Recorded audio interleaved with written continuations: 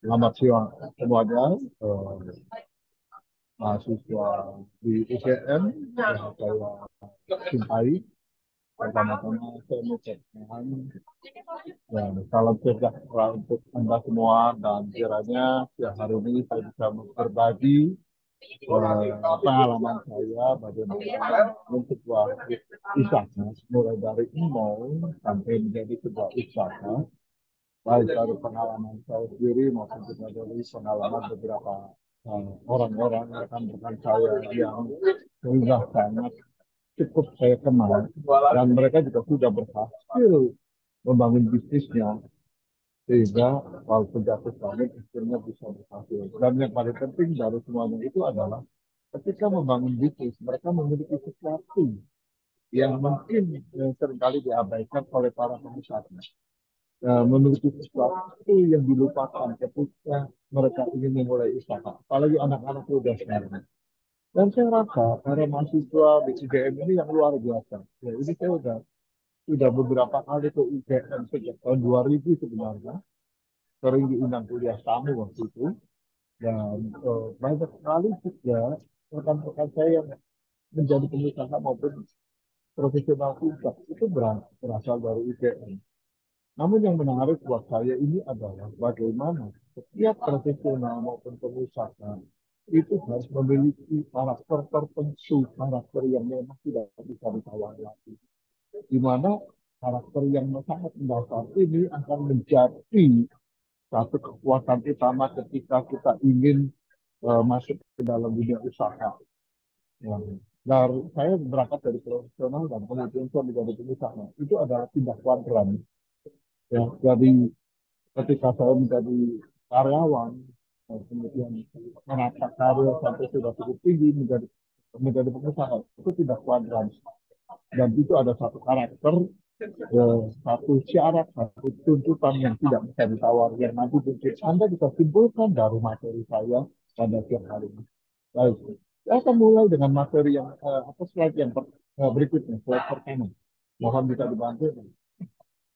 Kalau Anda tahu yang eh, kopi kenangan itu semuanya tahu ya, kopi yang ya fenomenal sekali, tidak ada di mana-mana, di Jogja banyak ya, di Jogja banyak lah ini. Coba, ada berapa kopi kenangan tadi? Mas Yusakti, di Jogja Hmm, banyak nggak, Mas banyak Yusakti? sekali Bapak. Ya, banyak Banyak cabangnya banget. Bapak. Iya, luar biasa. Ini cabangnya sudah ratusan seluruh Indonesia, bahkan sudah merambah ke Singapura dan Malaysia. Nah, tapi menu yang paling utama, paling terkenal apa nih nama menu kopi yang paling utama? Arabica atau Robusta? Mungkin teman-teman Kenangan yang mantan. biasa ngopi, Kenangan mantan. Kita nggak tahu itu kopi yang Arabica atau Robusta atau apa, tapi nama kopi kenangan mantan itu, kenangan mantan selingkuh menjadi satu satu hal yang menarik sekali karena ide ini adalah unik. Dan ini dimulai oleh seorang yang bernama James Prananto bersama rekannya. Ini usia pada saat ini ya, ini beberapa tahun yang lalu mereka memulai dan akhirnya mendapat suntikan dana suntikan modal yang cukup besar, tidak sedikit. Oke, berikutnya, slide berikutnya, next. Bianca Paramita Sigi adalah seorang pengusaha muda yang pernah datang jumpa saya, sengaja datang untuk minta waktu saya kurang lebih diskusi hampir 3 jam di sebuah kafe namanya Kafe Moka waktu itu, dan dia menceritakan perjalanan bisnisnya, menceritakan apa yang sedang dia hadapi, dan dia men- mengajak ke diskusi bagaimana dia harus melalui setiap fase-fase tantangan yang sedang dia hadapi, dan bagaimana dia bisa membangun bisnis secara lebih proper, lebih tepat. Merek beliau itu adalah Metro Public, merek sepatu yang tidak punya pabrik sepatu. Nah, ini menarik sekali karena yang kemudian dipilih oleh seorang Yasa Paramita tinggi itu adalah lebih menitik beratkan kepada desain, lebih menitik beratkan kepada ya model dan kualitas. Ya. Nah, bukan berarti dia tidak jatuh bangun ya, dia sudah jatuh dan ya sudah susah. Tetapi ketekunan dia menghasilkan yang luar biasa. Saat itu dia bertemu saya di Bandung karena dia ingin mengunjungi tempat yang maklum. Jadi dia itu subkontrakkan ke pengrajin-pengrajin sepatu di Cibaduyut. Ya pilih modelnya atau dia tentukan model dan juga kualitasnya harus seperti apa seperti apa. Nah, dari Cibaduyut itu dia mendapatkan pemilik sepatu yang dia bisa jual dengan cukup tinggi, cukup mahal. Satu nama lain yang saya tidak tampilkan di sini adalah seorang yang bernama Felix Padukin dengan merek sepatu Felix Ferguson. Walaupun dia anak seorang pengusaha sepatu, tapi pabrik bapaknya ini ayamnya tidak begitu kuat dan tidak begitu besar, tidak begitu terkenal. Tetapi seorang Felix Padukin ini senang dengan mengembangkan desain. Karena orang tuanya hanya mengembangkan sepatu yang itu saja, terutama untuk kebutuhan kepolisian atau angkatan darat. Jadi sudah standar. Kita tidak bicara desain katanya. Kalau di pabrik seperti itu nggak ada ngomongin desain. Udah harus bikin model kayak begini harga sekian. Nah, ketika dia ingin membuat desain, maka yang harus dia lakukan itu adalah mencari model seperti apa yang paling laku, model seperti apa yang memang diminati. Akhirnya dari situ dia mendapatkan satu inspirasi, dia belajar sekolah desain, dia mencoba mempelajari desain-desain Italia. Dan dia membuat merek dengan nama merek Felix Ferguson. Felixnya nama dia, Fergusonnya pokoknya dia. Dia menciptakan nama belakangnya yaitu Ferguson. Nah, Felix Ferguson. Dan dia jual semuanya ke outlet-outlet modern, termasuk Shoko, ya, seperti toko-toko yang modern lainnya itu, dan dia tidak jual di toko sepatu biasa dengan harga jual yang lumayan. Waktu itu kalau tidak salah rata-rata antara 1,5 sampai 2 juta. Nah, tentunya ada diskon-diskon dan sebagainya. Dan itu laris pada saat itu. Nah, slide berikutnya coba next, slide berikutnya kita lihat next. Nah, saya menampilkan tadi orang-orang muda, tapi ada satu orang yang dalam usia yang sudah cukup tua, 65, dia baru mulai bisnis. Namanya David Arlan Sanders, pendiri Kentucky Fried Chicken, KFC. Dan dia juga bisa menjadikan satu contoh atau rujukan ketika dia membangun bisnisnya yang jatuh bangun, jatuh bangun, jatuh bangun, jatuh bangun. Tetapi akhirnya Kentucky Fried Chicken sekarang menjadi salah satu merek makanan cepat saji berbasis ayam yang terkenal di seluruh dunia. Next. Next. Nah, saya akan memulai dengan gambar ini. Apa yang ada di benak Anda ketika saya menyajikan gambar ini? Coba Anda tuliskan di kolom chat apa yang ada di benak Anda. Nanti saya akan catat siapa yang menjawab pertama, supaya kelas ini lebih aktif. Ya. Yang apa yang terlintas di benak Anda ketika melihat mobil ini dengan warna ini? Apa yang terlintas di benak Anda? Silakan jawab. Saya ingin tahu siapa yang menjawab pertama.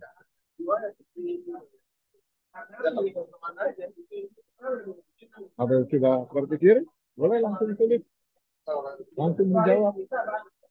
Atau boleh langsung menyalakan mic-nya dan menjawab.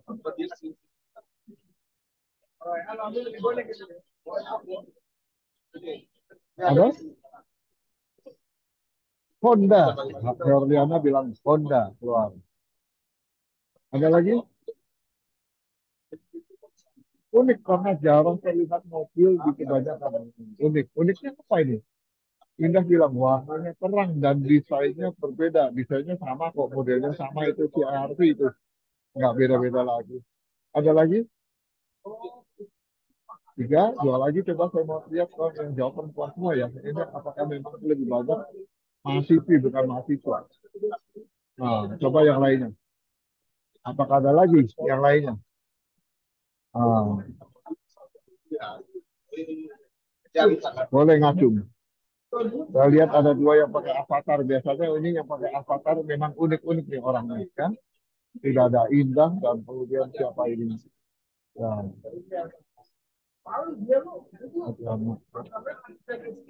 oke, cuman itu satu jawabannya. Tadi unik, kemudian apa lagi? Sudah ya. Baik, saya ingin jelaskan dan ingin sedikit lebih memancing cara Anda berpikir. Warnanya kuning. Asosiasi Anda kepada apa? Partai, ya biasanya begitu. Satu partai dulu nih. Oh, itu partai itu mobil orang parpol. Kemudian, tapi kuningnya itu berbeda dari yang lain.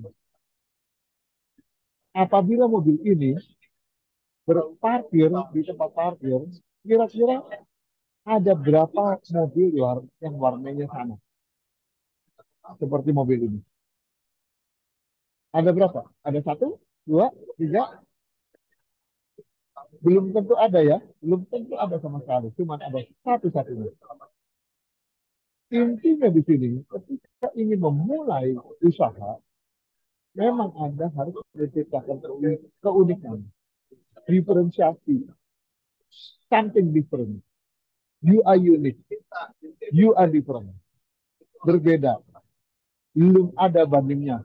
Nah, ini keunikan. Mungkin produknya sama, tetapi ditampilkan berbeda. Kopi kenangan ya kopi, bukan apa-apa. Tapi dia berusaha tampilkan berbeda dengan nama yang berbeda. Nah, itulah sebabnya mengapa di dalam ilmu marketing diferensiasi itu menjadi sangat penting untuk memenangkan persaingan, untuk tetap eksis di dalam persaingan. Karena kalau tidak ada perbedaan, hanya sama dengan produk yang lain, maka yang ada adalah Anda harus banting harga. Anda harus menjual lebih murah daripada saingan. Anda harus berusaha saing dengan harga yang semurah mungkin. Tetapi apabila Anda punya keunikan dan keunikan itu menjadi value bagi produk kita, maka itu nggak bisa dibandingkan begitu saja. Itulah yang kita sebut sebagai value marketing. Keunikan itu menjadi value marketing. Next. Nah, mari kita next. Slide berikutnya.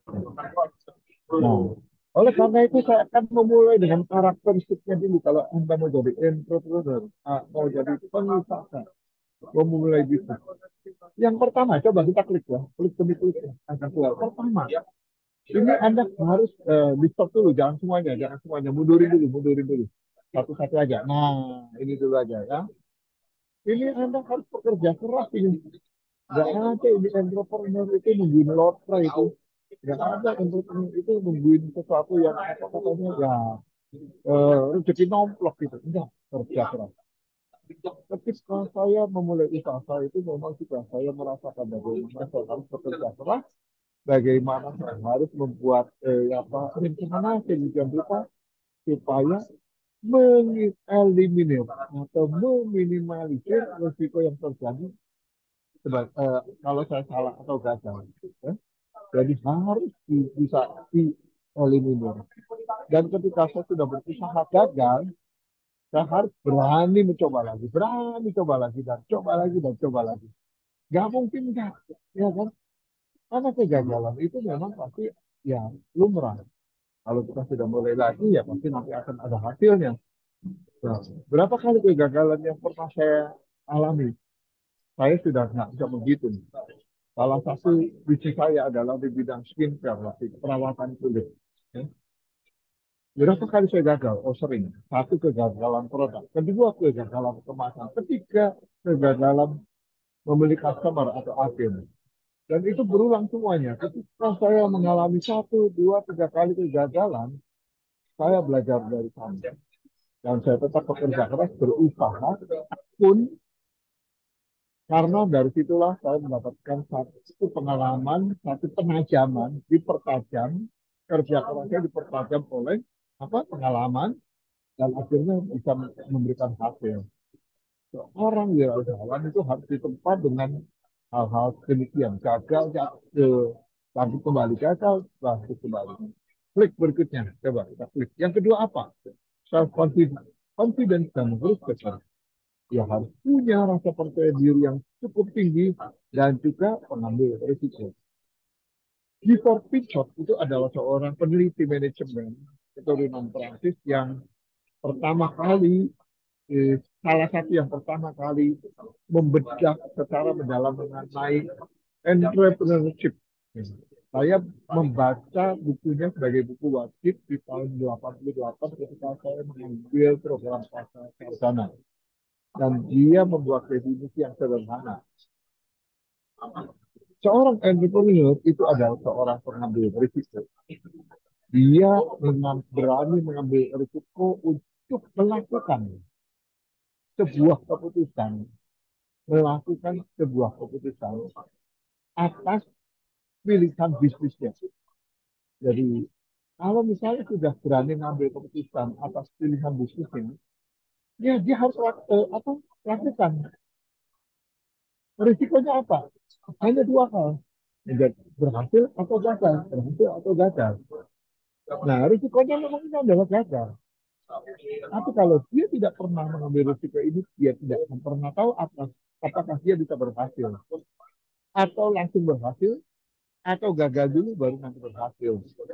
Nah, tapi untuk berani memulai, kita harus membutuhkan rasa percaya diri yang tinggi, self-confidence. Para siswa yang terhormat, rekan-rekan muda yang terhormat, saya berada di Trade Expo Indonesia, ajang pameran ekspor yang termasuk terbesar di Jakarta. Dan ini berlangsung sampai besok. Dan banyak beberapa puluh binaan saya itu ikut hadir di ajang ini. Dan mereka berusaha menampilkan produk-produk yang sudah lebih inovatif dan bahkan berani dengan rasa percaya diri ingin menggarap pasar ekspor, mencari buyer dari luar negeri, berkomunikasi apa adanya walaupun bahasa Inggrisnya terbatas, tapi mereka berusaha mencari pembeli, confident dan respect. Klik berikutnya.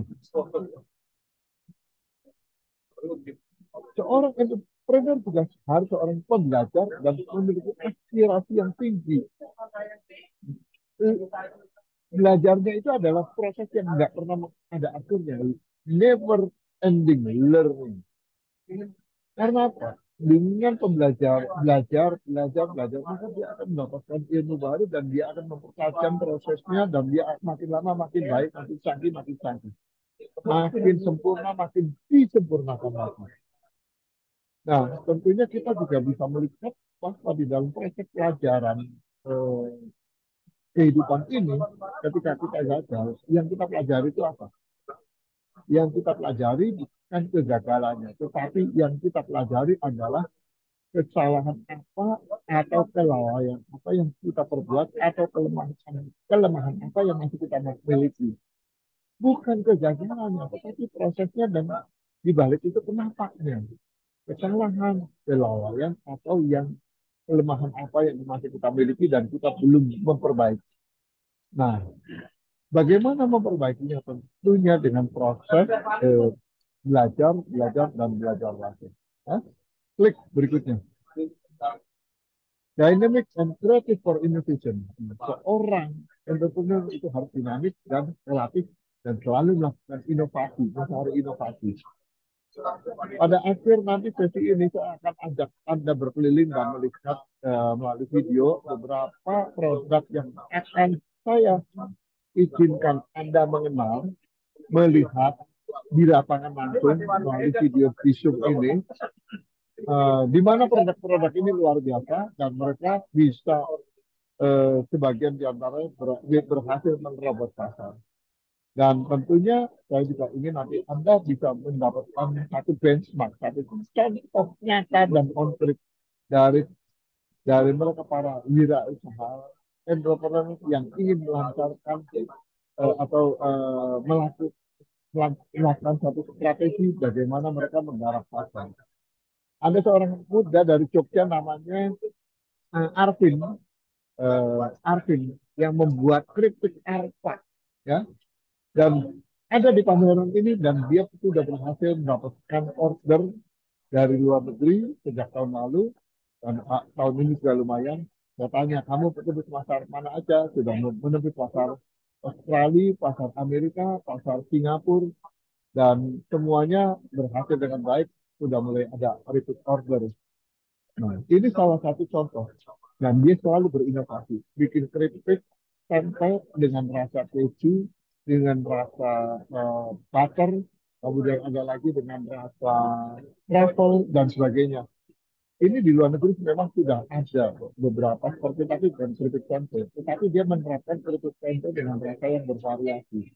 Dan sangat bagus sekali hasilnya. Dan ya, klik berikutnya. Seorang entrepreneur itu harus adaptif terhadap perubahan. Perubahan itu cepat sekali terjadinya. Kalau Anda tidak beradaptasi dengan perubahan tersebut, Anda akan ketinggalan. Ada hal-hal baru yang selalu terjadi di dalam persaingan bisnis. Karena kompetitor itu akan selalu melakukan inovasi. Pemain-pemain lain akan melakukan inovasi. Hari ini, tadi pagi saya berdiskusi dengan beberapa pengusaha, termasuk juga dari Provinsi DKI, pengusaha-pengusaha kecil UMKM binaan saya juga, dan mereka katakan, baru bikin ini, bulan depannya sudah ada yang nyuruh, Pak. Baru bikin ini, 3 bulan lagi sudah ada yang nyuruh, Pak. Nah, itulah dinamika. Dan perubahan itu terjadi. Akibat apa? Akibat persaingan yang makin ketat, mau tidak mau, semuanya akan berlomba melakukan inovasi, melakukan sesuatu yang berbeda. Dan itu menimbulkan tekanan perubahan terhadap ekosistem pasar. Ada yang tiba-tiba kemasannya sudah ganti dengan meluncurkan kemasan model baru yang lebih menarik. Karena apa? Kemasan itu hasil dari atau output dari sebuah teknologi kemasan. Dan ada yang menggunakan pertama kali. Bayangkan kalau sambal itu kemasannya sudah bukan pakai botol kaca atau botol plastik, tapi sudah menggunakan kemasannya seperti ya seperti kaleng Coca-Cola. Bawahnya plastik polos, tapi atasnya seperti kaleng Coca-Cola. Anda pasti tahu ya, warnanya transparan dan bisa dijual lebih mahal. Tapi punya kelemahan. Kalau atasnya tidak diberi tutup plastik lagi, begitu dibuka, bagaimana cara menutupnya? Itu. Nah, tapi itu juga menarik. Karena dengan kemasan yang berbeda, kemudian akan melihat dalamnya secara lebih transparan dan dia melihat menarik kali ini. Punya kelas. Dijual harga yang lebih mahal daripada sebelumnya. Kalau dia jualan dengan botol kaca, harganya 35.000, dia dengan kemasan seperti itu, dia sudah harus jual dengan harga 39.000. Dan tampilnya beda. Orang lebih melihat ya estetikanya. estetikanya. Nah, perubahan-perubahan akibat teknologi yang berkembang dan menghasilkan bahan kemasan yang lebih baik, mungkin lebih ramah lingkungan, membuat kita juga harus adaptasi dengan perubahan tersebut. Klik lagi, berikutnya klik. Dan juga seorang entrepreneur itu harus memiliki ilmu menjual yang baik. Dia adalah seorang penjual yang piawai. Ketika saya membuat produk pertama kali untuk perawatan kulit, saya juga harus menawarkan. Saya bukan lulusan farmasi, tetapi saya harus mempelajari apa yang terkandung dalam produk itu, dan kemudian saya menawarkan. Bayangkan kalau perusahaan saya itu melayani dokter, melayani klinik-klinik. Bagaimana caranya saya melayani dokter dan klinik tersebut? Pasti mereka akan memberikan pertanyaan-pertanyaan yang lebih kritis daripada pengguna biasa, ya kan? Nah, otomatis di situ kita teruji, semua tentu sudah teruji, harus memiliki salesmanship yang bagus. Dan saya sendiri yang harus menginisiasi menjadi contoh memiliki salesmanship yang baik sebagai entrepreneur. Karena saya menjual perusahaan produk saya, menjual merek saya, dan menjual apa? Menjual perusahaan saya juga, menjual apa kelebihan daripada perusahaan saya maupun produk yang saya buat. Nah, good salesmanship itu penting sekali. Alhasil dalam kurun waktu kurang dari 6 bulan, perusahaan saya bisa mendapatkan omset yang lumayan dan langsung menjadi mencapai titik penjualannya.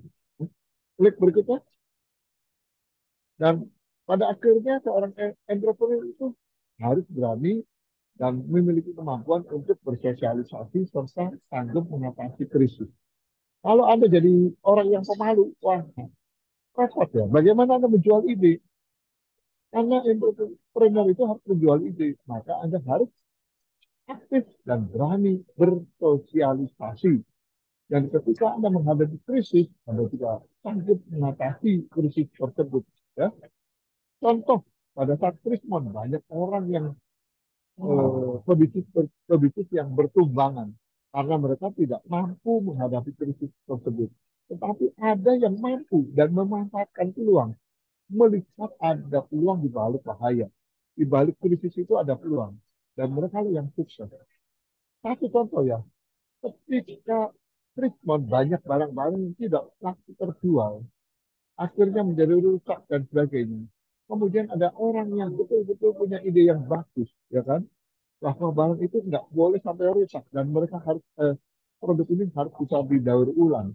Salah satu contohnya adalah ya pada saat itu adalah produk-produk pakaian, di mana pakaian-pakaian yang tidak terjual, yang lama-kelamaan masih tertumpuk di gudang, akhirnya menjadi warnanya sudah mulai pudar dan sebagainya. Kemudian yang masih tertumpuk di pabrik belum sempat dijahit dan sebagainya itu juga warnanya sudah mulai apa pudar, karyawan juga sudah harus dipangkas dan sebagainya dan mereka punya stok yang menumpuk.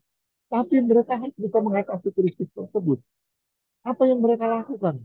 Barang itu, kain itu semuanya kemudian diolah kembali, langsung mencari partner yang mau membuat seragam atau membuat barang yang lebih massal dan kemudian ditawarkan dijual kemana? Ke Timur Tengah, ke Bangladesh atau ke negara-negara yang Afrika. Mereka bayar pakai dolar dan tentunya tidak akan rugi. Nah, jadi yang tadinya barang ini teronggok di gudang, nggak ada pembelinya, nggak ada yang mau apa membeli, akhirnya bisa diolah, dijual kepada mereka yang punya daya beli, tetapi memang sangat defisit. Dan pada saat itu ingat, $1 itu bisa 15.000 nilai tukarnya. Ya. Jadi mereka untung pada saat itu ya. Kalau sekarang 15.000 wajar. Pada saat itu 15.000 itu tinggi sekali ya. Nilai tukarnya tinggi sekali. Nah, pada akhirnya ada juga mereka pemain garment-garment yang mencari kain-kain sisa untuk diolah dan kemudian juga dijual ke pasar ekspor. Luar biasa sekali. Oke, next slide. Next slide. Nah, jadi kalau begitu, kalau jadi entrepreneur pertanyaannya punya produk dulu atau punya pasar dulu? Oke, 30 detik. Siapa yang mau jawab? Silakan dalam chat. Produk atau pasarnya dulu? Silakan. Produk or market?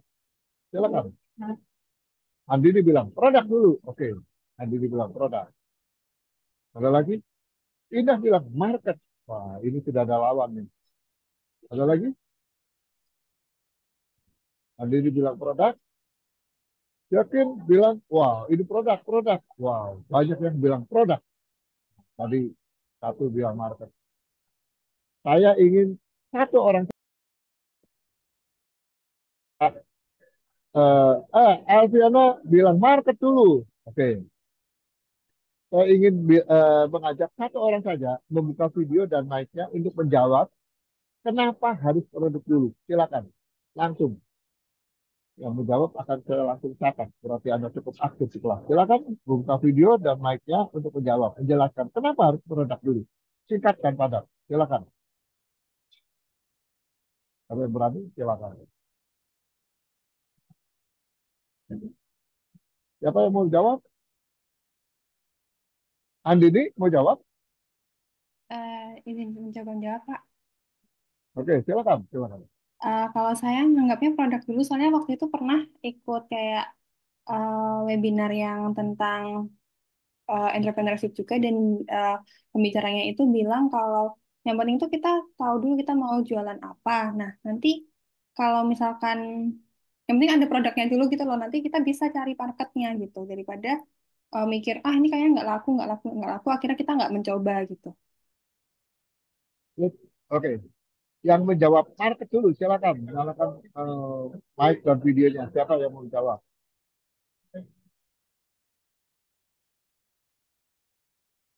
Siapa? Ada yang menjawab market? Ayo.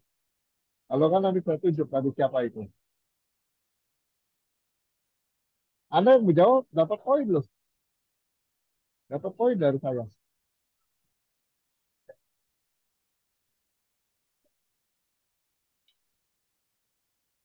Herliana, mau menjawab Herliana. Silakan Mungkin dari Herliana. saya, Pak. Oke. Kalau dari saya, kenapa market dulu?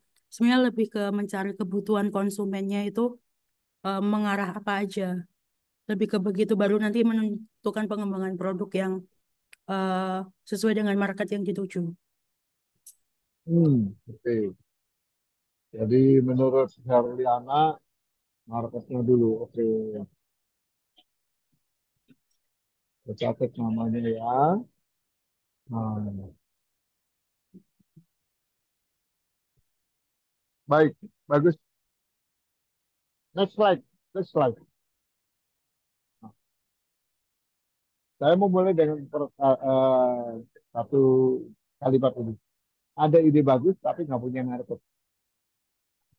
Ada yang punya market tapi nggak punya ide. Nggak tahu mau jualan apa. Nah inilah sebabnya. Di kelas ini saya tidak ingin mengatakan, di kelas saya tidak ingin mengatakan produk dulu atau market dulu. Itu sangat relatif. Ya, sangat relatif. Di dalam ilmu marketing itu ada beberapa hal yang tidak bersifat mutlak, absolut. Ya, kadang-kadang kita membuat itu menjadi absolut, tapi justru itu jadi salah. Jadi bukan salah, jadi keliru.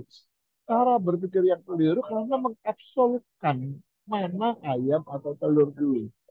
So, saya ingin katakan pada Anda, kalau dengan slide yang saya sampaikan ini, kalau Anda melihat peluang pasar, tapi Anda belum punya produk, nggak mungkin kan? Tetapi Anda harus tahu bahwa yang namanya peluang pasar itu adalah satu area di mana customer atau pembeli, pelanggan atau pembeli, ya, kebutuhan, keinginannya mereka itu bisa kita garap dan menghasilkan keuntungan. Itulah peluang pasar. Nah, market opportunity. Artinya apa? Kalaupun memang ada peluang kita nggak punya produk, saya bilang kita bisa mencari produknya apa yang cocok dengan kebutuhan mereka. Kita nggak punya pabrik, kita juga bisa outsourcing. Nah, Anda punya produk bagus, tetapi pasarnya nggak mau terima, juga sulit, ya kan? Jadi di sini kita juga harus memahami besarnya pasar. Jadi walaupun memang pasarnya ada, tapi berapa besar? Size ini penting. Karena inilah refleksi daripada permintaan. Ya. Kalau permintaannya kecil, Anda punya kapasitas besar, Anda tekor. Anda beli mesin kapasitas 1.000, tetapi jualannya hanya 200, Anda tekor. Ya, ini penting sekali.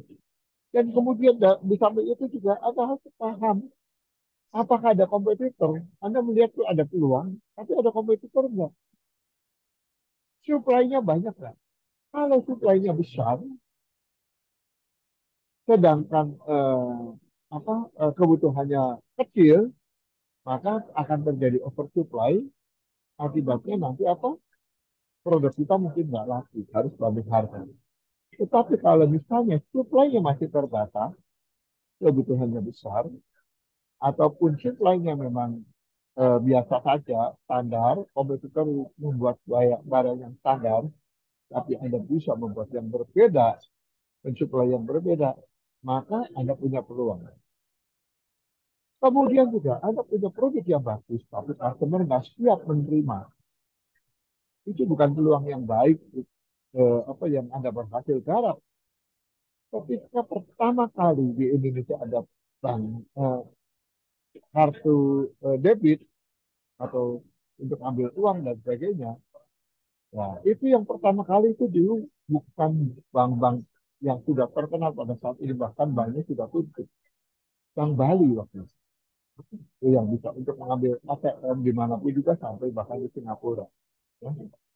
Tapi market belum siap pada saat itu. Karena apa? Ya, ini teknologi yang masih baru. Jadi market itu belum siap untuk menerima teknologi baru. Readiness-nya belum ada. Kalau market belum siap, maka pasti permintaannya kecil. Pasti peminatnya kecil. Dan tidak sebanding dengan investasi yang dikeluarkan. Kemudian juga harus memperhatikan harga yang berani bayar oleh konsumen. Marketnya ada, produknya bagus, tapi harganya terlalu tinggi. Sehingga tidak affordable buat konsumen. Contoh, ketika handphone seluler pertama kali keluar di Indonesia itu harganya sangat mahal. Yang bentuknya backphone saja harganya bisa sampai mencapai 15 juta pada saat itu. Tahun 89, 90. Dan itu setara dengan satu buah mobil Jeep Jimny Katana pada saat itu. Cukup mahal juga. Nah, tapi kalau misalnya handphone itu tetap mahal sampai detik ini, maka mungkin sudah apa nggak akan jalan. Nah, sejalan dengan perkembangan teknologi, kemudian harganya makin lama makin murah, makin murah, makin murah, makin murah. Sehingga akhirnya orang dengan mudahnya membeli handphone, apalagi dengan kredit. Jadi sekarang kalau misalnya iPhone harganya 20 juta, orang ditanya mahal atau murah? Orang zaman dulu, orang yang mungkin sudah seusia saya, yang pernah mengalami handphone mahal di awal-awal, itu akan mengatakan, masih lebih murah dibandingkan zaman dulu harga handphone bisa setara harga satu mobil. Nah, itulah ya affordability itu penting. Makanya dulu permintaannya sedikit karena memang kita lalu makan. Tapi begitu sudah murah menjadi semakin affordable. Kemudian kita juga harus lihat apakah kita bisa menggarap pasar ceruk atau ingin menggarap pasar yang lebih besar. Peluang biasanya ada di pasar ceruk, bukan di pasar yang besar. Saya menggarap pasar dokter dan klinik itu adalah ceruk untuk melayani kebutuhan perawatan kulit. Kalau saya masuk pasar yang besar, harus ada di Guardian, harus ada di Century dan sebagainya.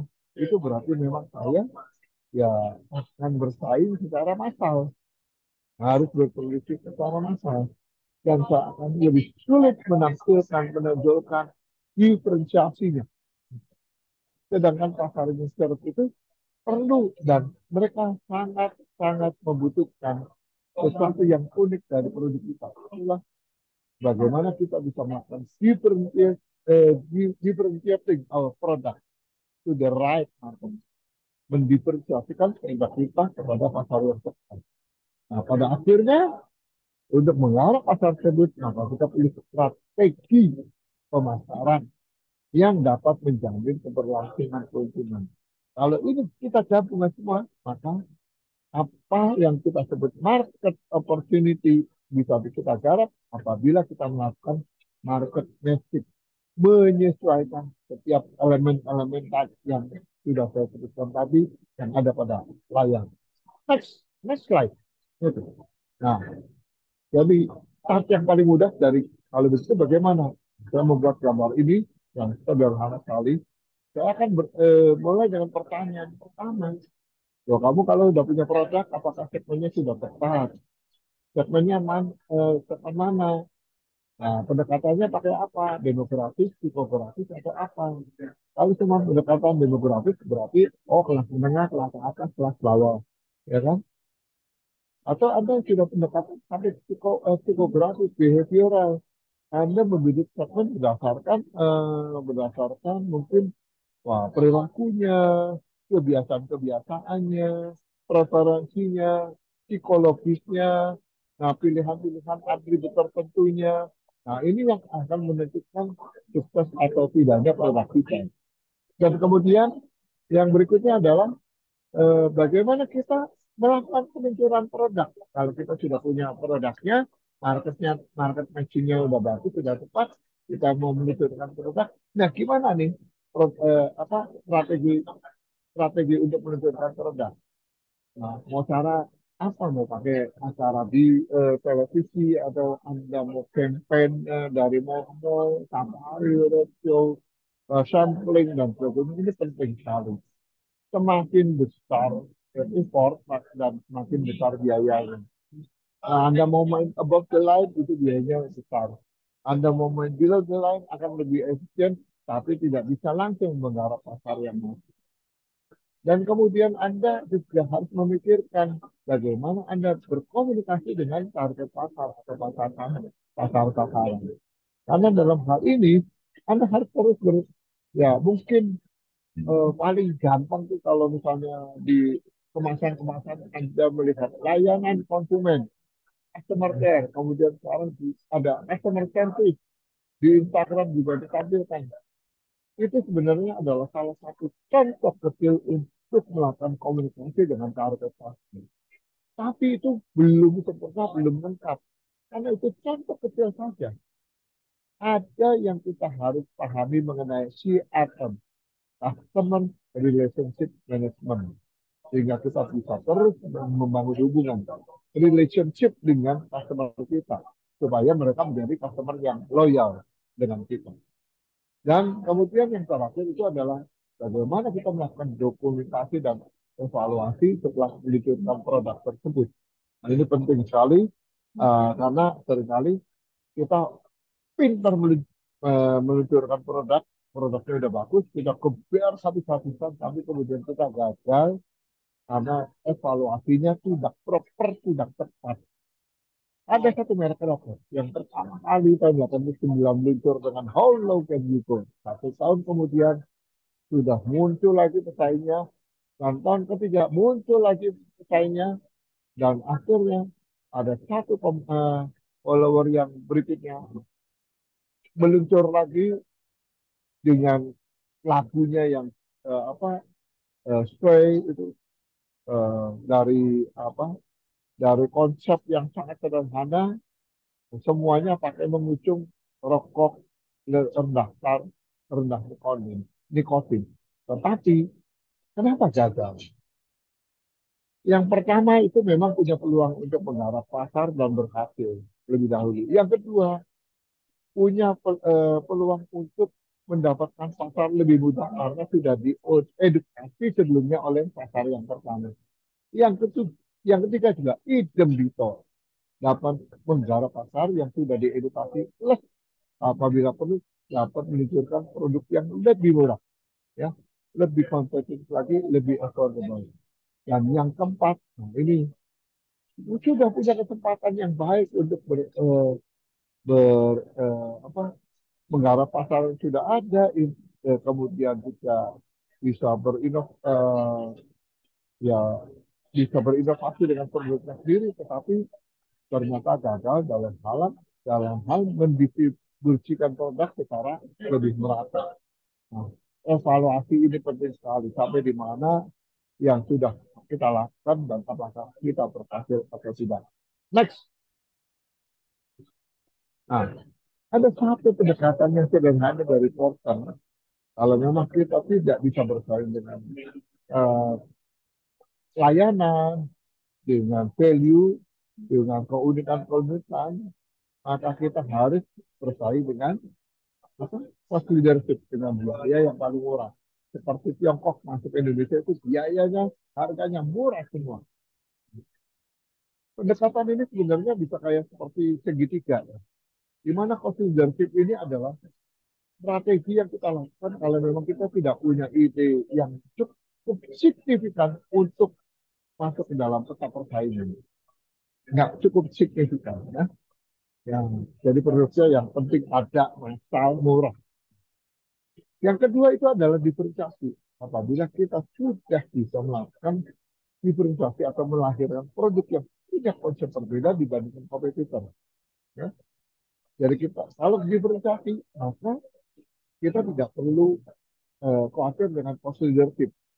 Kalau nanti diferensiasi berhasil dan volume berhasil dan volumenya bertambah terus, otomatis cost leadership juga akan mulai sedikit demi sedikit kita akan mulai unggul. Tetapi ada hal yang ketiga yang harus diperhatikan yaitu fokus. Kenapa? Banyak pelaku usaha yang kurang fokus ketika sudah melakukan peluncuran produk, apalagi kalau masih pengusaha baru itu sudah nggak sabar. Begitu nggak sabar, nggak fokus. Begitu melihat yang ada hal-hal lain yang lebih menarik, dia masuk ke sana, dia ikut menggarap, dan akhirnya resourcesnya ketarik sana sini sana sini. Akhirnya apakah dia bisa cost leadership? Belum tentu. Jadi kalau diferensiasinya berhasil, volumenya besar, maka bisa menghasilkan keuntungan yang baik. Keuntungan yang baik ini akan mendorong supaya kita juga harus fokus dan mempertahankan apa yang sudah dicapai. Nah, pemahaman porter strategis ini tujuannya adalah supaya Anda memahami. Anda sebenarnya mau menjadi wirausaha, mau memulai bisnis, ini mencari jalan atau mencari cara yang paling pendek atau possible, atau mencari titik break-even point. Ini pengertian yang menurut saya berbeda. Kalau Anda cuma jalan pintas, sesingkat mungkin untuk mencari titik penjualan di mana Anda ya menjual segitu masih aman lah, masih untung dikit lah. Dibandingkan Anda memikirkan break even point, mungkin lebih menarik adalah yang pertama. Anda bisa jualan cepat,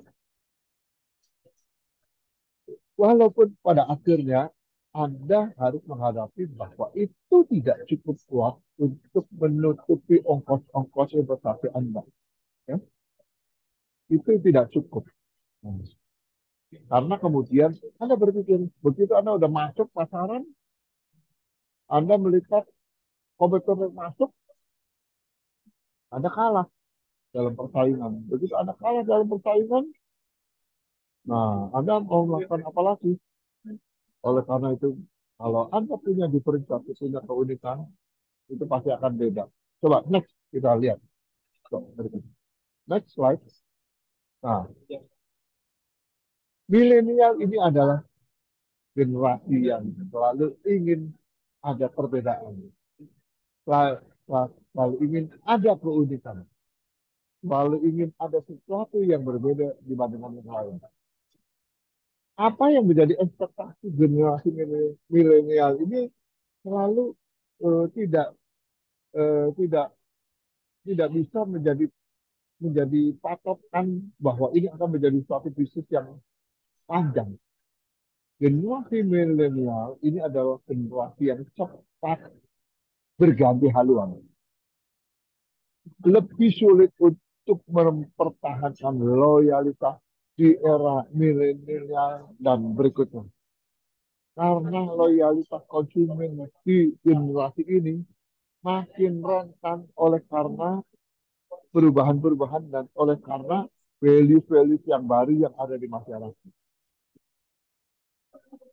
Kopi itu adalah gaya hidup,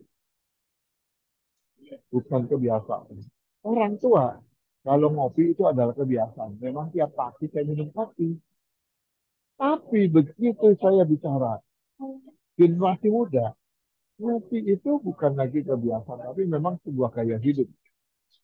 Bukan suatu keharusan. Kalau orang tua kita pagi minum kopi, anak muda belum tentu pagi minum kopi. Tapi pagi mungkin dia langsung pergi kemana segala macam mencari kopi. Dan kopinya itu tidak akan kopi yang seperti orang tua kita minum, anak orang tua Anda minum. Saya minum kopi hitam, tapi anak muda minumnya kopi aren. Sama-sama kopinya. Tetapi yang satu adalah satu tradisi, yang satu adalah satu gaya hidup. Nah, inilah milenial ini mendrive dengan pendekatan porter tadi sudah bukan masalah cost leadership lagi, tapi masalah diferensiasi. Bukan cost leadership. Karena harga minumannya sudah tidak murah. Kalau yang generasi kuno, generasi lama, generasi kolot, minum kopi tubruk juga masih oke. Kopi saset hitam di air panas masih oke. Harganya murah. Tapi begitu generasi milenial, apa yang dipegang itu adalah cut dari sebuah kafe. Kan? Cut dari sebuah kafe. Umumnya demikian. Umumnya demikian. Nah, maka dengan pendekatan porter tadi, saya selalu mengatakan bahwa ini sudah terjadi bergeseran. Ya, kita jangan selalu berpikir harus bikin paling murah, tetapi kita harus berpikir apa diferensiasinya. Kalau mau jadi pengusaha, ini pengusaha-pengusaha muda ini sudah berpikir apa diferensiasinya. Kalau sudah menemukan diferensiasi dan matching sama pasar, maka tinggal fokus. Kalau tidak fokus, produksinya banyak, cabangnya di mana-mana, maka bisa cost leadership. Jadi inilah mulai dari mananya berbeda, ya. Nah, kalau contoh, Pak, kalau Tiongkok kok beda kan? China. Nah, China itu mengejar ini cost leadership dulu supaya apa? Bisa masuk ke semua pasar. Kalau dia sudah masuk pasar, dia baru melakukan diferensiasi. Kamu maksudnya seperti apa saya bisa layani? Kamu yang seperti apa saya bisa layani? Nah, ya kan? Tapi mereka fokus produknya sama, produknya itu aja. Tapi customer Indonesia itu banyak motor, katanya motor, motor Cina. Sumbernya dari satu tempat, satu wilayah. Dan mereka bisa bikin motor apapun yang Anda mau. Motor bebek apapun, ya, dengan nanti warna-warnanya seperti apapun, dan mereknya sesuai apa yang Anda mau buat. Nah, tapi sekarang bergeser di generasi milenial, generasi yang berbeda. Nah, oke, next. Kita lihat next. Nah, oleh karena itu, sekarang kita lebih membutuhkan lebih daripada sekedar konsep marketing, tapi sekarang kreativitas menjadi penting. Karena kreativitas inilah yang akan menuntut kita kepada diferensiasi, membuat diferensiasi produk yang akan kita tawarkan. Next. Nah, inilah generasi milenial yang sudah eh, saya tidak mengatakan terkontaminasi ya, tapi sudah tersyarat pada arus teknologi. Semuanya bermain sosmed, dan sosmed ini juga berjasa melahirkan merek-merek baru dengan adanya selebgram, endorser, dan sebagainya. Yang ini lihat ada Facebook, ada WeChat, WhatsApp, segala macam, Instagram, bahkan ada TikTok dan sebagainya. Mereka berjasa melahirkan merek. Inilah tekanan akibat teknologi yang berubah cepat, drastis, dan memberikan pilihan-pilihan baru untuk kita berkomunikasi dengan pasar, untuk kita berpromosi, berkomunikasi dengan pasar. Next. Nah, jadi kalau kita ingin memulai entrepreneurship, maka mulailah dari proses yang pertama. Anda tidak pernah melakukan, Anda tidak pernah tahu Anda akan berhasil atau tidak. Next. Pertama, Anda harus ingat bahwa ide atau imajinasi itu adalah sangat penting. Ya, balik lagi ide, imajinasi sangat penting. Tetapi saya tidak mengatakan bahwa setelah ide dan imajinasi sangat penting, maka kedua produk ini harus paling penting. Belum. Ya. Sekali lagi saya katakan tidak ada yang absolut. Tapi ide lah yang menjadi absolut. Anda punya ide dulu nggak? Punya ide produknya nggak? Punya. Oke, inilah yang paling penting. Masalah ide produk ini akan Anda eksekusi langsung atau tidak. Kita lihat. Kalau memang Anda sudah melakukan survei pasar dan yakin bahwa ini bisa masuk, apakah setahun lagi, 2 tahun lagi, 3 tahun lagi, at least Anda sudah tahu kapan, when is the right time to enter the market untuk produk ini. Kapan waktu yang paling tepat? Nah, kita nggak bisa sembarang mencomot ide atau menetapkan ide, kemudian kita langsung, kita harus segera launching. Nah, karena memang nanti dalam launchingnya pun Anda baru launching sebentar sudah ada yang bikin, iya ini saya kemarin sudah kepikir seperti ini. Padahal enggak. Karena ide bisa dimiliki oleh siapapun juga. Apalagi kalau misalnya Anda bertemu atau memiliki pesaing-pesaing yang sering melakukan travel ke luar negeri, perjalanan ke luar negeri, otomatis mereka cukup terbuka bahwasannya dengan produk-produk yang ada di luar negeri. Next. ide ini memang harus diulik, beda, dan lain. Jadi Anda tentukan dulu, rumuskan ide yang unik, yang beda, yang langka. Kalau Anda memikirkan pemikiran biasa-biasa saja, nah, ya Anda tidak akan bisa bersaing dengan kekuatan yang bisa bisa membuat Anda ya mengalahkan pesaing Anda. Karena untuk mengalahkan pesaing maka kita harus punya macam pamungkasnya, dan salah satunya adalah dari diferensiasi yang akan dibuat tersebut. Nah, next, setelah Anda mendapat ide, punya ide, praktekkan dulu ide. Eh, Praktekkan ide ini bukan berarti langsung jualan, tapi Anda mulai konseptualisasi ide. Nah, ini seperti apa? Kemudian kalau perlu bikin model dan contohnya. Kemudian Anda kalkulasikan biayanya, jualnya berapa, biaya pembelinya, kosnya berapa, segala macam. Maka Anda bisa untung dari situ. Ini kan dari sisi Anda sebagai produser kan, Anda harus tahu kan konsepnya, modelnya, dan kalkulasinya. Oke, next. Berikutnya. Setelah Anda dapat konsepnya, Anda perlu uji. Jangan langsung dipasari, tapi Anda harus tes pasarnya dulu. Nah, kadang-kadang waktu saya membuat sebuah minuman dalam cup, ya, minuman energi tahun 2004, itu saya tidak bisa langsung pasarkan, tapi saya melakukan tes pasar. Saya sebarkan di satu wilayah, kemudian di wilayah lainnya, tapi semua tidak di Jawa Barat atau di Jakarta, semua ada di Jawa Tengah dan Jawa Timur. Dari hasil kesimpulan respon masyarakat yang saya anggap sebagai sumber informasi yang tepat, saya bisa menyimpulkan, ya kan, bisa menyimpulkan apakah ini harus dilakukan perbaikan atau penyempurnaan, atau ada dicoba lagi, atau mungkin dibongkar lagi, sampai nanti akhirnya menemukan bentuk yang paling mendekati, paling cocok dengan konsumen, dan siap distandarisasikan. Jadi ide ini harus dieksekusi dan diuji. Oke, next. Next. Anda bisa lihat konsep ide yang unik ini adalah dalam buah ini. Ini buah ini tidak ditanam begitu saja, tetapi dia pembibitan, kemudian waktu dibesarkan itu dimasukkan kotak, besar kotak yang meningkat, dan kemudian setelah melalui masa-masa apa tertentu, buah ini akan menjadi matang, menjadi besar, dan semangka ini bentuknya kotak. Semangka yang bentuknya kotak ini harga jualnya sekali dan langka. Nah, ini bisa terjadi karena ada ide yang dieksekusi, dirumuskan dan dieksekusi. Tujuannya supaya buah ini lebih gampang ditata, tidak mudah menggelinding, sehingga akhirnya kalau menggelinding jatuh pecah. Tapi kalau misalnya bisa ditata, ada bentuknya kotak lebih enak dan nggak menghabisin tempat, nggak makan tempat kalau bisa langsung ditata.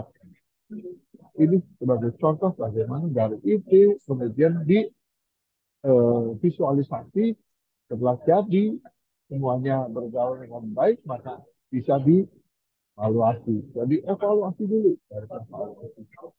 Oke, next. Nah, jadi kalau sudah diuji semuanya dan berhasil, sudah mendapatkan kesimpulan mana yang paling oke, Anda pasarkan. Anda jual ide ini kepada konsumen, kepada komunitas, dan terakhir Anda bisa menjual ini kepada pemilik modal atau kapital untuk mereka menyuntikkan dana ke perusahaan Anda kalau butuh, ya, kalau butuh, sehingga bisa membesarkan pasar kalian. Next. Nah, pada saat membesarkan, maka Anda akan bergerak masif, sinergi, dan juga memberikan distribusi.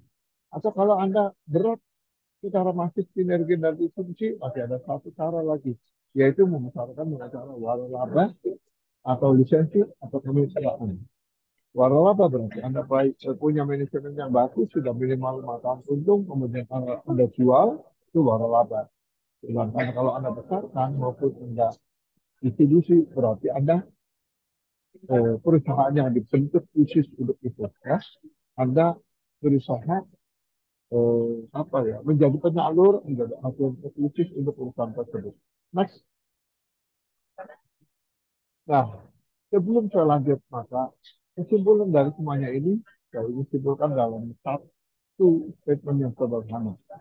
Implementasi kreativitas dalam bisnis dan pemasaran harus dapat menarik perhatian dalam kurung atraktif, ya, atraktif, menarik perhatian pasar, atraktif, pembeli tertarik, wah, dan kemudian mendongkrak penjualan melalui pelanggan yang merasa satisfied dan satisfied, sehingga menghasilkan pertumbuhan profit yang berkelanjutan. Jadi kita harus menarik dulu perhatian dari pasar, kemudian kita dongkrak, kita bikin di satu pilot project dulu di kota mana, hasilnya bagus, pelanggannya setia dan sebagainya, kita bikin demonya, lainnya, oke.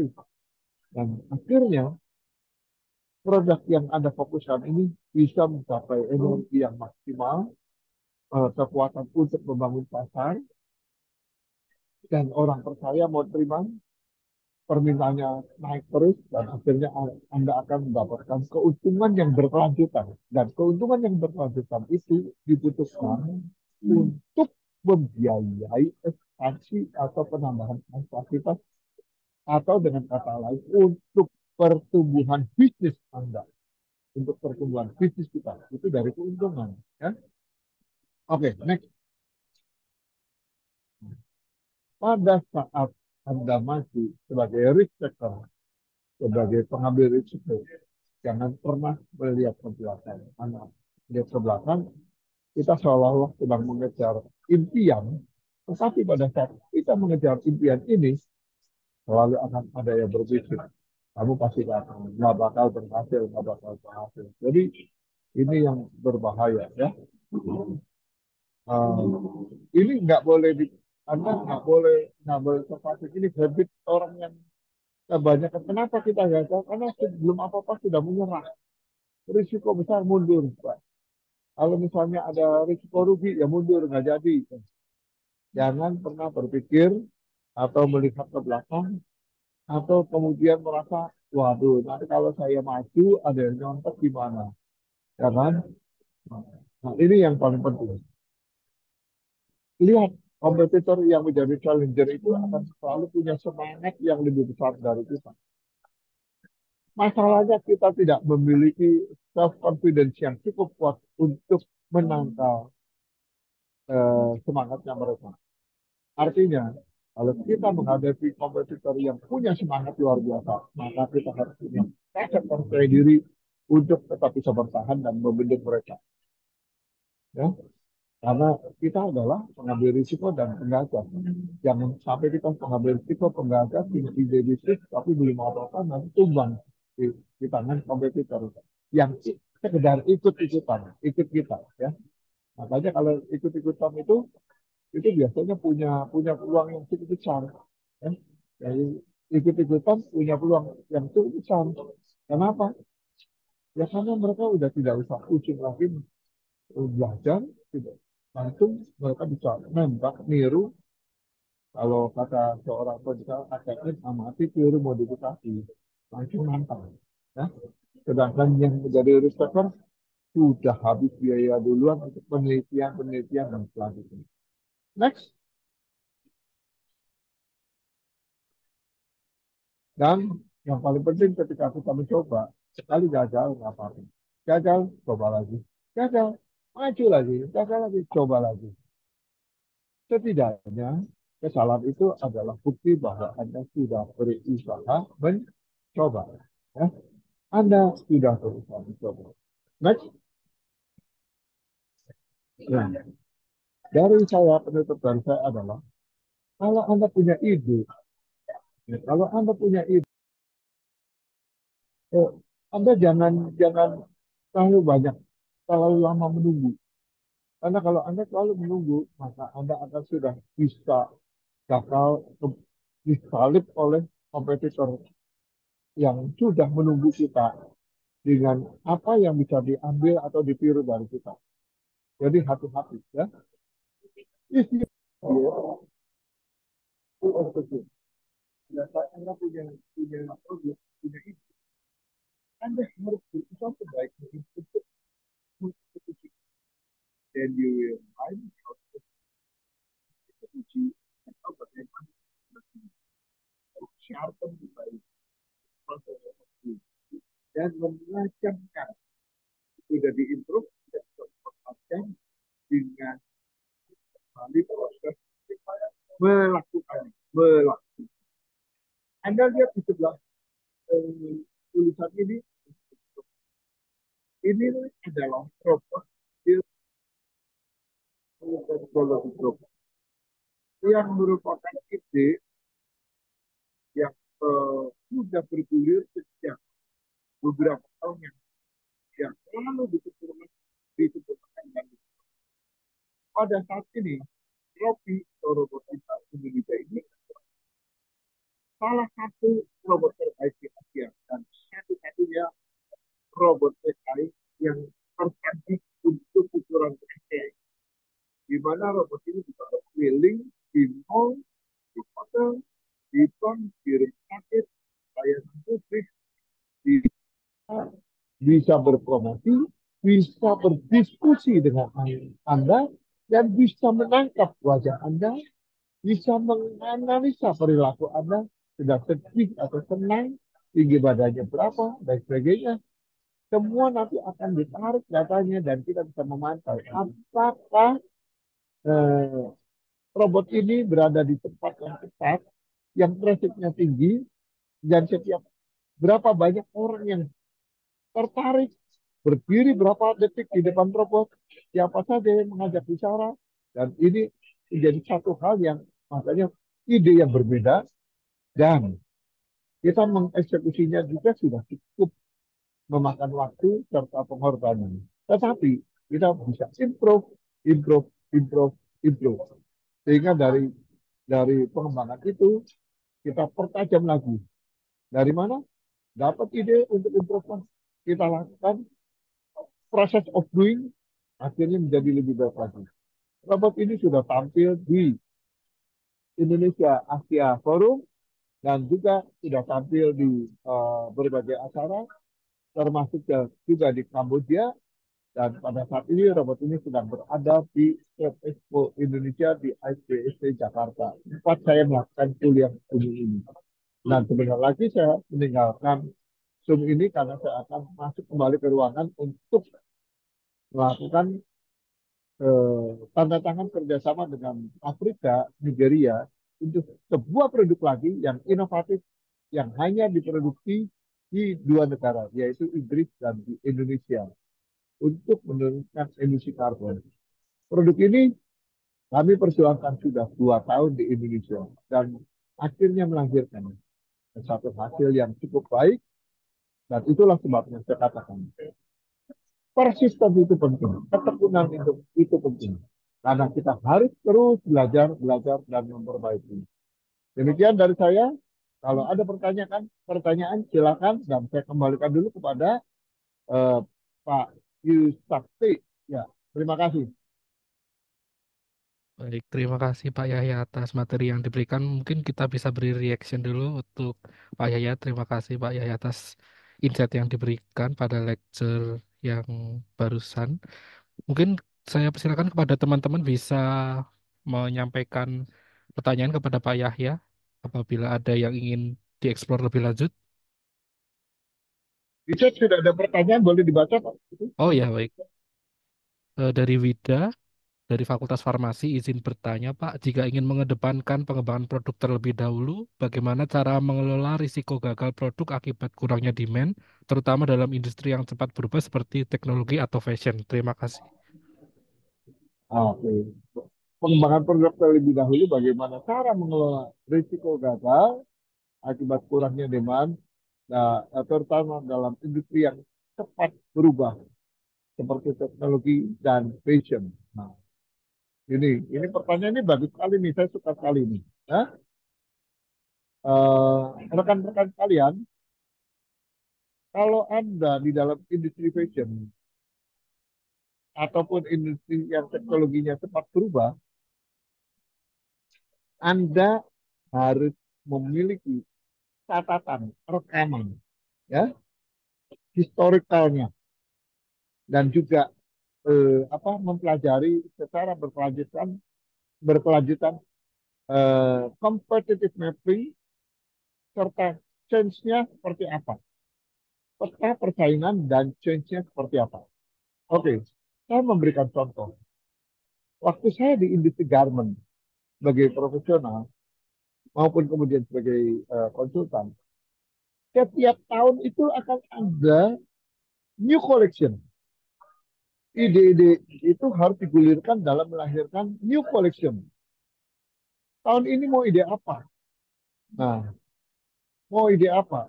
Jadi kita harus merumuskan collection itu lebih dahulu, bukan lihat kompetitornya, tetapi kita sendiri dulu yang menyiapkan. Sari Ayu itu adalah salah satu contoh pemain industri kosmetik yang selalu menjadi trendsetter. Nah, inilah dia caranya mengelola eh, apa eh, portfolio pasarnya dia, sehingga dia nanti satu tahun dia membuat tema apa itu ke depan. Nanti tahun depannya buat tema apa, buat tahun depannya lagi. Dan tema-tema itu diperkenalkan dengan menggunakan ambasador, yaitu Miss Indonesia. Kalau Miss Ratu dengan siapa? Dengan Putri Indonesia. Jadi untuk mengelola, maka Anda harus punya innovation platformnya dulu, product development platformnya dulu.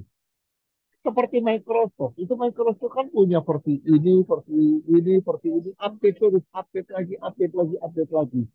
Nah, konsumen kalau dibawa untuk update terus dan bisa dikelola dengan produk kita, dia akan loyal. Nah, ya, ini division. Oke, karena Anda dari industri farmasi, saya mau kasih contohnya pakai produk saya sendiri, yaitu produk apa perawatan kulit. Anda pasti tahu hydroquinone, ya. Anda pasti tahu merkuri itu dilarang. Hydroquinone untuk perawatan kulit boleh nggak? Boleh dalam batasan tertentu, tapi tidak dianjurkan. Hydroquinone dipakai buat label biru atau resep masih oke, tapi juga dalam batasan tertentu. Tapi kenapa sampai terjadi pelanggaran, ya kan? Karena konsumen mau yang instan. Kalau mau instan, obatnya lebih keras, ya kan?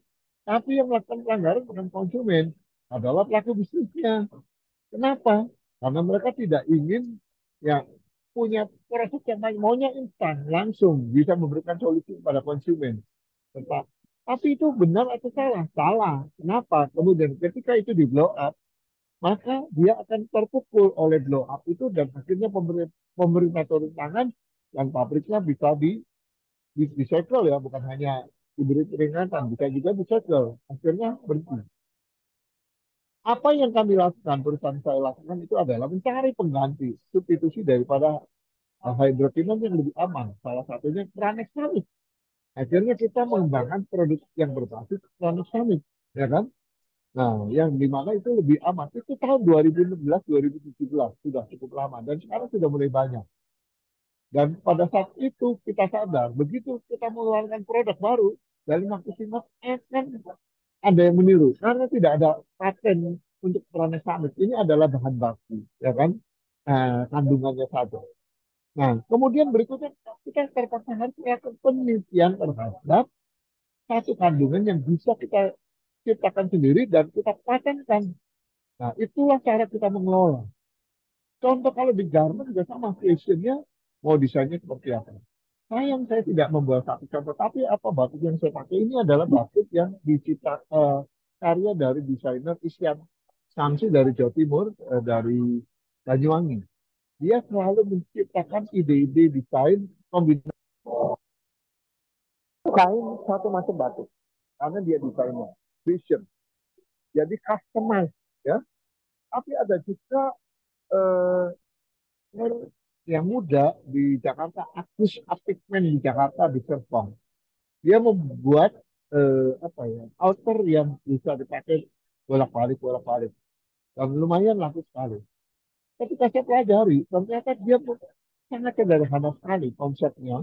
Dan dia menciptakan tematik setiap eh, produknya. Nah, nanti ini tematiknya tematik binatang, ini tematiknya apa, dan diproduksi terbatas, ya. Lalu satu lagi ada lagi yang di Bandung memproduksi fashion karena sekarang kainnya tidak perlu print dalam jumlah besar, sudah bisa menggunakan langsung printer, di mana bisa customize dan jumlah sedikit juga bisa. Jadi dia menjadi trendsetter untuk order dalam jumlah sedikit, minimum order sekian dilayani. Kalau dulu harus banyak, sekarang bisa sedikit. Kemudian ada lagi desainer Ferdi Hardiman di Fashion. Itu membuat kombinasi antara kain biasa atau kain polos, atun ataupun denim dengan batik kontemporer. Dia bilang, saya Pak segmennya itu cukup untuk 25 sampai 40 detik. Di situ aja, mainnya di situ. Dan bermain dengan retro, dengan apa warna-warna yang berani tabrak-tabrak, menabrak satu sama lain. Tapi tabrakannya tabrakan yang kalem gitu, ya, polos dengan corak dan sebagainya. Dan laku sekali dan masuk ke Cogo. Nah, itulah contohnya ya. Kalau kita mengelola maka kita harus punya apa? Punya semacam petaknya, platformnya, dan apa sih yang mau kita kembangkan berikutnya? Apa yang mau kita kembangkan berikutnya? Serta positioningnya harus lebih daripada kompetitor. Itu jawaban saya.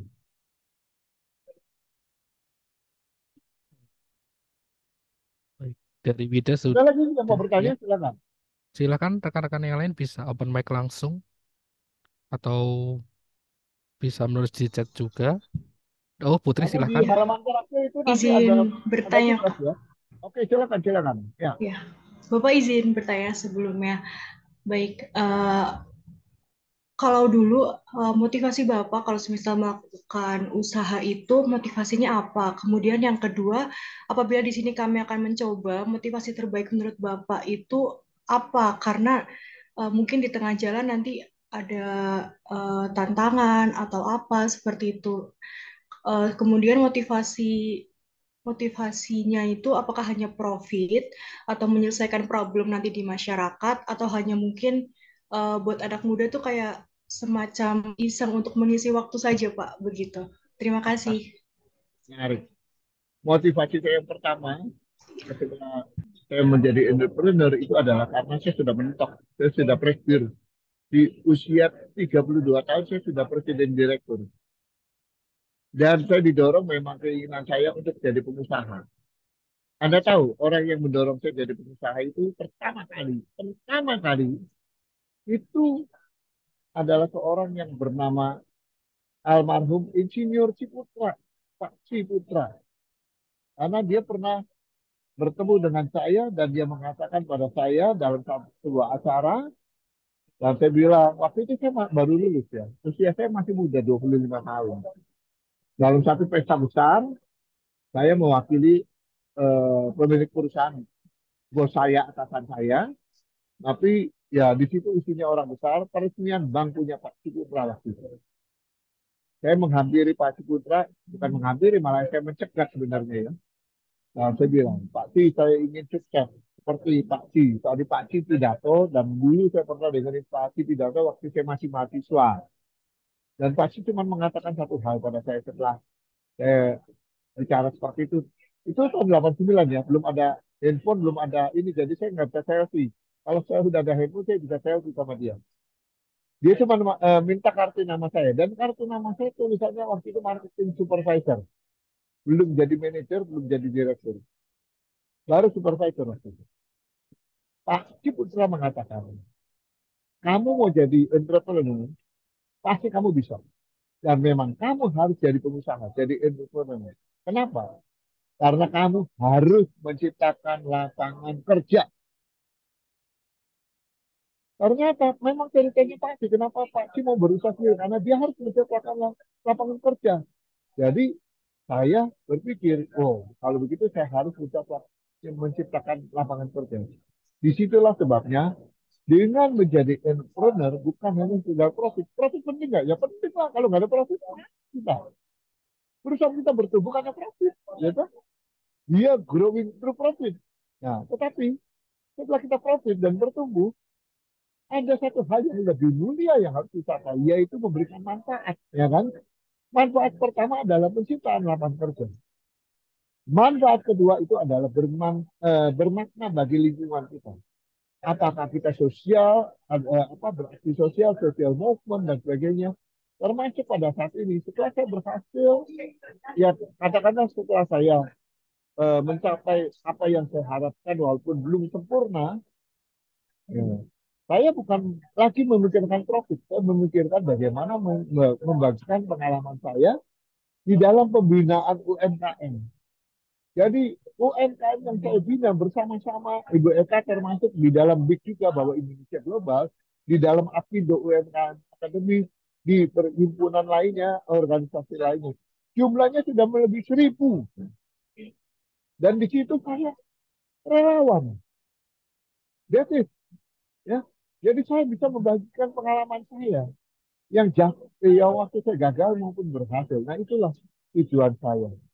Motivasi saya adalah bermanfaat bukan hanya bagi keluarga, tapi juga bagi banyak orang melalui apa yang saya lakukan. Dan itu bisa dilakukan kalau kita sudah profit. Kalau masih nggak belum profit, boro-boro lu nolongin orang katanya. Lu aja belum untung, lu mau nolongin orang. Ya buntung toh. Kurang lebih begitu ya. Paham ya? Oke? Paham, Pak. Terima kasih. Ya. Jadi kamu juga harus sukses, harus berhasil. Motivasinya pertama, nggak apa-apa, profit boleh. Semua usaha harus untung supaya bisa bertumbuh, ya kan? Tetapi yang lebih mulia, ketika saya untung mau ngapain? Ya kan? Sudah tambah untung mau ngapain? Nah, itu yang paling penting. Kalau saya mau untung terus, ngapain saya buang waktu 1,5 jam, 2 jam, 3 jam dengan anda kalian di sini?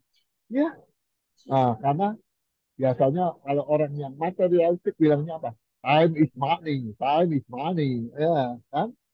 Tapi biasanya no, sekarang waktu adalah pengabdian, hidup adalah pengabdian untuk memberikan manfaat. That's it. Ya, baik. Terima kasih, Bapak.